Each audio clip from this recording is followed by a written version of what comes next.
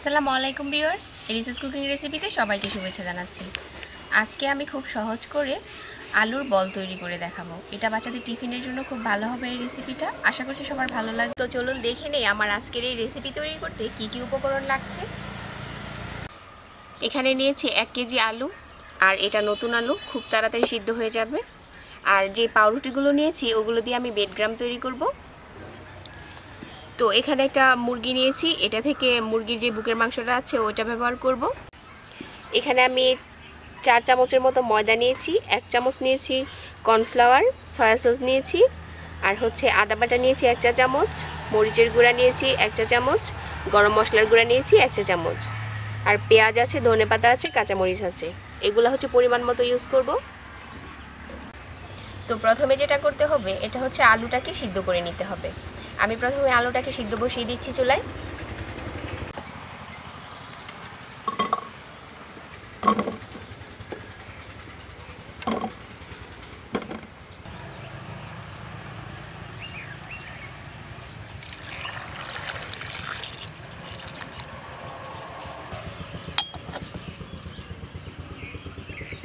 তো আলুটা সিদ্ধ হতে হতে আমি বাকি কাজগুলো করে নেব। তো প্রথমে বেডগ্রামগুলো রেডি করে নেব, আর আমি কিভাবে বেডগ্রাম তৈরি করি ওই রেসিপিটা আজকে আপনাদের সাথে শেয়ার করব। তো আমি একদম সহজ উপায়ে বেডগ্রাম তৈরি করি। তো এটার জন্য পাউরুটিগুলোকে আমি ছিঁড়ে নিচ্ছি। আমি একদম সহজ করে এই রেসিপিটা আপনাদের সাথে শেয়ার করছি। আশা করছি সবার ভালো লাগবে আর কাজে আসবে।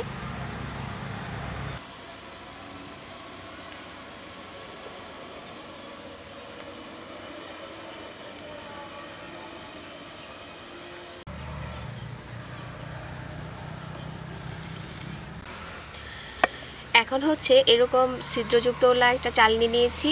তো এটার উপরে এই গুঁড়ো করা পাউরুটিগুলো দিয়ে দিচ্ছি, দিয়ে এইভাবে করে চেলে নিচ্ছি। তো আমি এভাবে বেডগ্রামগুলো তৈরি করে থাকি। এটা একদম সহজ উপায় বেডগ্রাম তৈরি করার।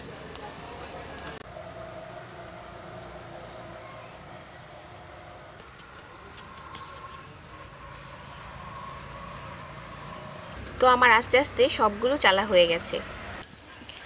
তো আশা করছি এই বেডগ্রামের রেসিপিটা সবার কাজে লাগবে আর সহজ লেগেছে।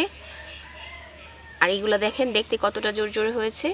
তো এখন যাদের কাছে রোদের ব্যবস্থা আছে চাইলে রোদে শুকিয়ে নিতে পারেন, তাহলে এটা দীর্ঘদিন বক্সে ভরে সংরক্ষণ করা যাবে।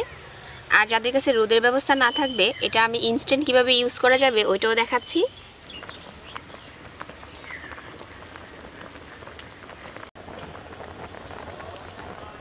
এখন আমি ধনেপাতা কেটে নিব আর কাঁচামরিচ কেটে নিব। এগুলোকে ধুয়ে নিচ্ছি পরিষ্কার করে।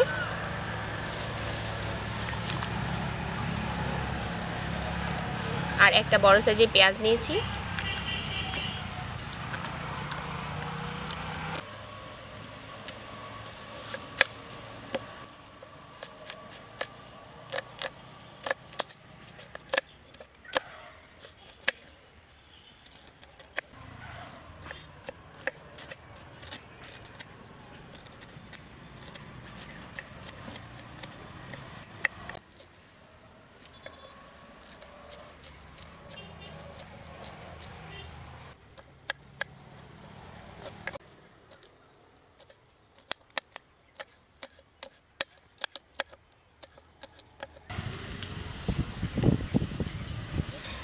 তো এখন আমি চিকেনের থেকে বুকের মাংসটা নিয়ে নিব, কেটে নিচ্ছি।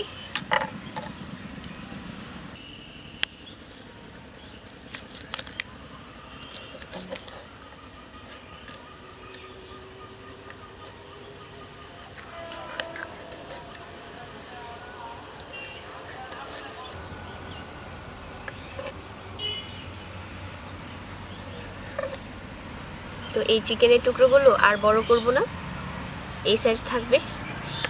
আর এগুলো আমি ভেজে নেব।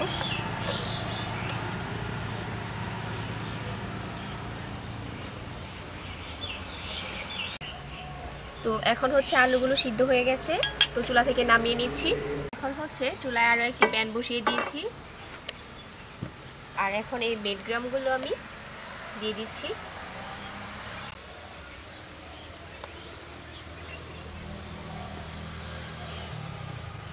এখন হচ্ছে মিডিয়াম আঁচে নেড়ে চেড়ে এগুলোকে মচমচে করে নিতে হবে। চুলার আঁচটাকে একদম লড়া করে দিতে হবে। তো বেশ কিছুক্ষণ পর এখন কিন্তু বেডক্রামগুলো মচমচে হয়ে গেছে। আর আমি কিন্তু চুলার আঁচটাকে মিডিয়ামই রেখেছিলাম, একদম ঝরঝরে হয়ে গেছে। তা এখন তো চুলা থেকে নামিয়ে নেব। তো এখন হচ্ছে আমি চিকেনটাকে মাখিয়ে নিব। এটার জন্য প্রথমে দিয়ে দিচ্ছি আদা বাটা, মরিচের গুঁড়া, তারপর দিয়ে দিচ্ছি গরম মশলার গুঁড়ো, পরিমাণ মতো লবণ, 1 চামচ সয়া সস দিয়ে দিচ্ছি। তো এখন চুলায় একটা প্যান বসিয়ে দিয়েছি আর দিয়ে দিচ্ছি পরিমাণ মতো তেল চিকেনগুলো ভাজার জন্য। এখন একটা একটা করে চিকেনের পিস দিয়ে দিচ্ছি চুলায়, আর এগুলো উল্টে পাল্টে ভেজে নেব খুব ভালো করে।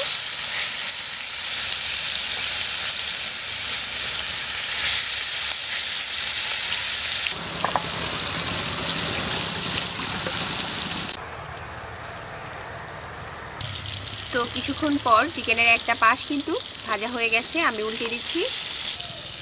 আর এখন হচ্ছে একটা বাটিতে আমি 1 কাপের মতো পানি নিয়েছি, আর এই যে এখানে ময়দার কর্নফ্লাওয়ার নিয়েছিলাম এগুলো ওই পানির সাথে দিয়ে দিচ্ছি।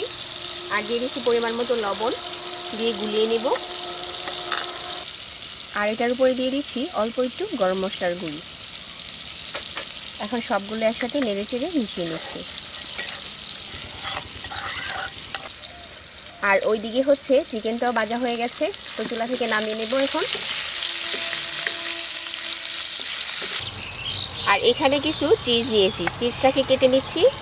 এটা অপশনাল, আপনারা চাইলে দিতেও পারেন, না দিলেও কিছু হবে না।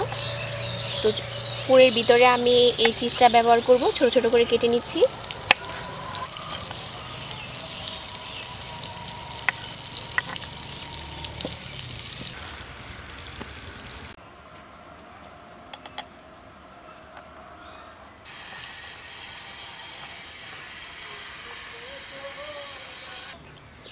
তো আলুটা গ্রেট করা নেওয়া হয়ে গেছে। তো এখন হচ্ছে এই আলুটার উপরে দিয়ে দিচ্ছি পরিমাণ মতো লবণ, আর দিয়ে দিচ্ছি ধনেপাতা কুচি, পেঁয়াজ কুচি, কাঁচামরিচ কুচি দিয়ে দিচ্ছি। দিয়ে খুব ভালো করে হাত দিয়ে মিশিয়ে নিচ্ছি। তো এখন হচ্ছে চপগুলো বানানোর জন্য হাতে তেল লাগিয়ে নিচ্ছি, যাতে করে হাতে লেগে না যায়। আর চপগুলো একটু বড় বড় করেই বানাবো। এখন ভিতরে দিয়ে দিচ্ছি একটা চিকেন, আর দিয়ে দিচ্ছি একটা চিজ, দিয়ে এভাবে করে মুখটা বন্ধ করে নিচ্ছি।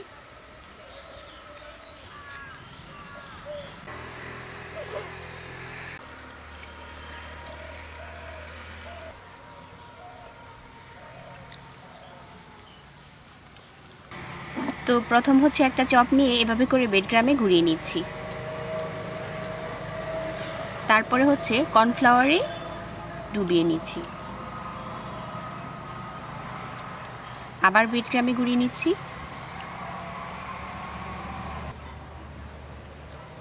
কুট করা হয়ে গেছে। তো এভাবে আমি বেজে নেব, আর একইভাবে সবগুলো করে নিচ্ছি।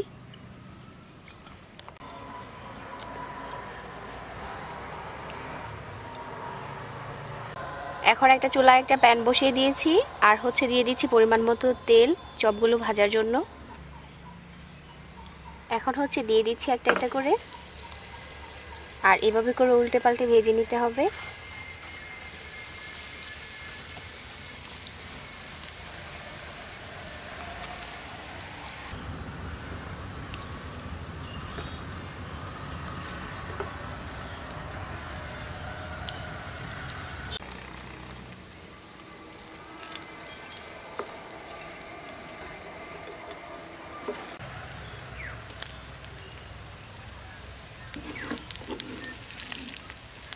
আর এগুলো একটু নরম হয়ে গেছে, আপনারা চাইলে এই পর্যায়ে ফ্রিজে রেখে তারপর ভাজতে পারেন বেডগ্রামে গড়িয়ে নেওয়ার পরে, তাহলে সেক্ষেত্রে চপগুলো একটু গুল থাকবে।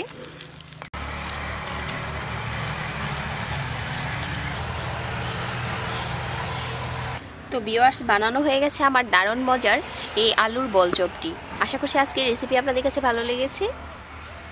এরকম আরও নিত্য নতুন রেসিপি পেতে চ্যানেল সাবস্ক্রাইব করে চ্যানেলের সাথেই থাকবেন। সবাই ভালো থাকবেন। আর আজকের রেসিপি দেখার জন্য সবাইকে অনেক ধন্যবাদ জানাচ্ছি।